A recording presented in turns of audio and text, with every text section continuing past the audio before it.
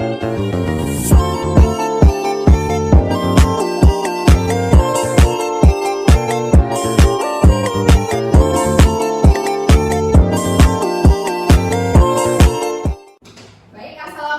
warahmatullahi wabarakatuh.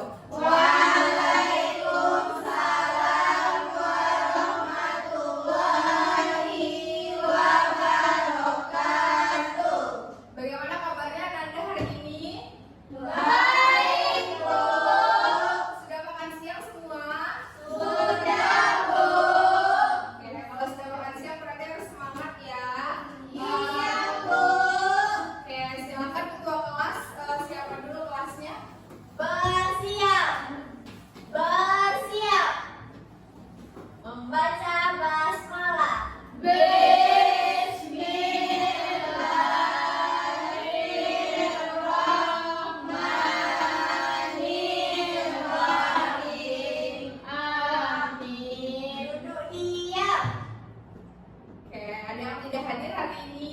Hadir semua, Bu. Oke, bagus ya. Oke, jadi pada hari ini kita akan membahas materi mengenai bioteknologi. Nah, sebelum kita masuk ke materi bioteknologi, aku mau tanya dulu, apakah masih ada yang ingat tentang materi kita pada pembelajaran minggu lalu? Masih, Bu. Masih, Bu. Coba Riana, apa materi kita pada pembelajaran minggu lalu? Pewarisan sifat, Bu. Oke, jadi masih ingat ya. Pada materi minggu lalu kita membahas mengenai pewarisan sifat. Nah, ibu mau tanya, kira-kira pada materi pewarisan sifat apa saja istilah-istilah yang harus kita perhatikan dalam mempelajari materi pewarisan sifat? Siapa yang bisa jawab? Ada gramet, Bu. Oke, ada yang lain? Mau juga, Bu. Coba, Bu. Ada Bisa? genotip, Bu. Oke, jadi masih ingat ya. Jadi pada materi pewarisan sifat itu terdapat istilah-istilah penting yang harus kita pelajari. Yang pertama ada parental, ada gamet, ada gen, genotip, dan juga fenotip. Nah, jadi masih ingat ya Anda semua. Nah, pada materi minggu ini kita membahas mengenai bioteknologi. Nah, cakupan materinya ada dua. Yang pertama itu bioteknologi konvensional dan yang kedua bioteknologi modern. Nah, tujuan pembelajaran kita pada hari ini yang pertama, Anda semua dapat memahami pengertian dari bioteknologi konvensional dan bioteknologi modern. Kemudian, peserta didik dapat menyebutkan contoh-contoh produk dari bioteknologi konvensional dan bioteknologi modern. Nah, itu mau tanya nih, kira-kira Anda semua pernah nggak mengkonsumsi makanan yang ada di depan ini? Pernah, Bu. Ini makanan apa nih? Tempe. Oke. Nah, Anda semua tahu nggak bagaimana proses pembuatan dari makanan-makanan di depan ini? Tidak tahu, Bu. Nah, jadi jika kita amati pada proses pembuatannya itu memerlukan mikroba tertentu. Contohnya pada saat kita membuat tempe, kita memerlukan ragi untuk proses fermentasinya. Nah, ragi tersebut merupakan mikroorganisme jenis jamur yang dapat berkembang pada media kacang yang sudah kita siapkan pada saat kita ingin membuat tempe. Nah, serat-serat putih yang ada pada tempe yang sedang kita makan itu merupakan jamur yang sudah berkembang. Nah, selain yang ada di depan nih, kira-kira Ananda bisa nggak menyebutkan apa saja contoh-contoh lain dari produk bioteknologi? Ada yang bisa? Roti, Bu. Oke, jadi benar ya Nurul ya. Salah satunya itu adalah roti. Nah, pada saat kita membuat roti itu juga memerlukan ragi dalam proses pembuatannya.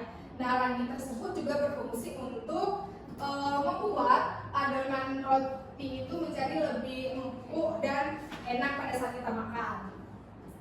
Nah, kita masuk ke pengertian bioteknologi ya. Jadi, bioteknologi itu adalah cabang ilmu biologi yang mempelajari pemanfaatan makhluk hidup.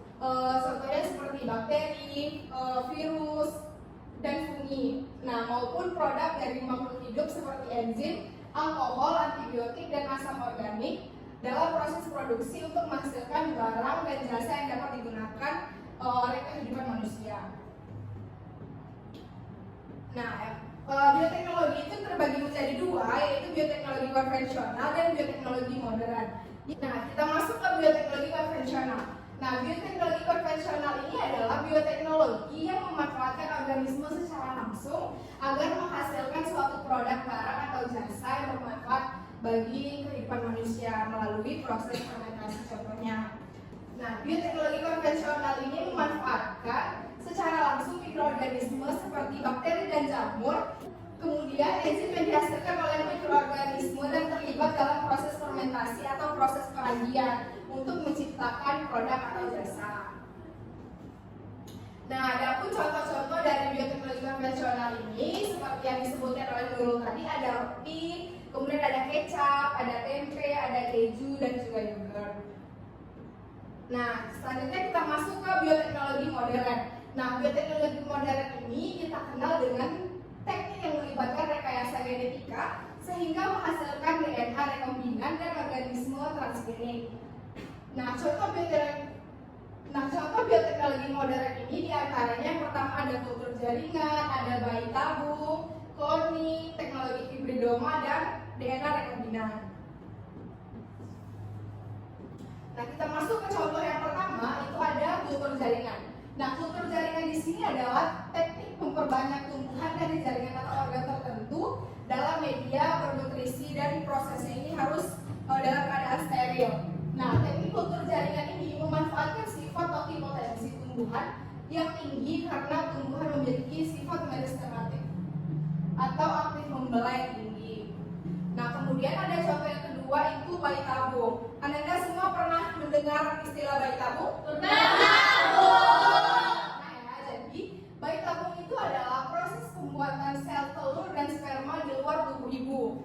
Nah, bayi tabung dilakukan dengan cara mempertemukan sperma dan ovum di dalam sebuah media atau yang dikenal dengan fertilisasi in vitro.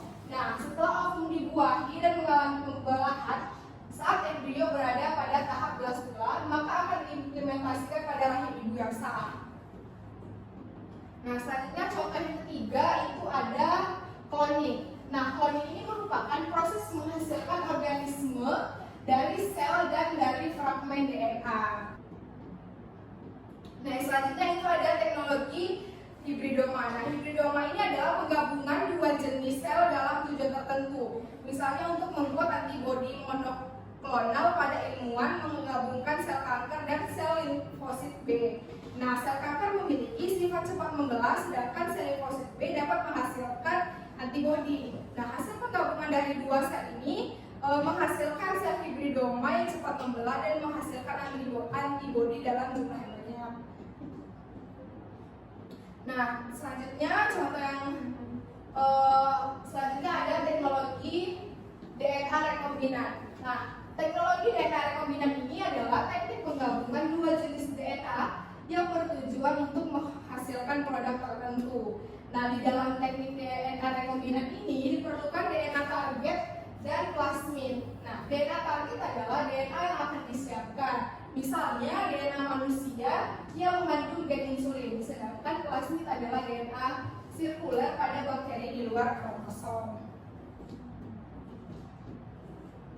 Nah, inilah tadi pemaparan materi yang bisa Ibu jelaskan ke kalian. Nah, sejauh materi yang Ibu sudah jelaskan tadi, kira-kira ada pertanyaan nggak dari Anda? Silakan Anissa. Bu, mau nanya Bu, apa dampak lingkungan dari adanya bioteknologi modern? Nah, pertanyaan bagus ya. Jadi, dampak lingkungan dari adanya bioteknologi modern ini contohnya seperti tanaman transgenik yang bebas hama bisa mengurangi penggunaan pestisida. Namun, ada tapinya nih. Nah, pada saat proses tanaman transgenik ini juga memiliki dampak jangka panjang terhadap biodiversitas. Paham Anda semua? Paham. Ada lagi yang ingin ditanyakan? Tidak, Bu. Nah, sekarang Ibu yang akan bertanya ya, kira-kira menurut Anda apa kelebihan antara bioteknologi modern dibandingkan dengan bioteknologi konvensional? Ada yang bisa jawab? Oke, silakan Asma. Jadi Bu, kalau bioteknologi modern itu memungkinkan kita untuk melakukan perubahan dengan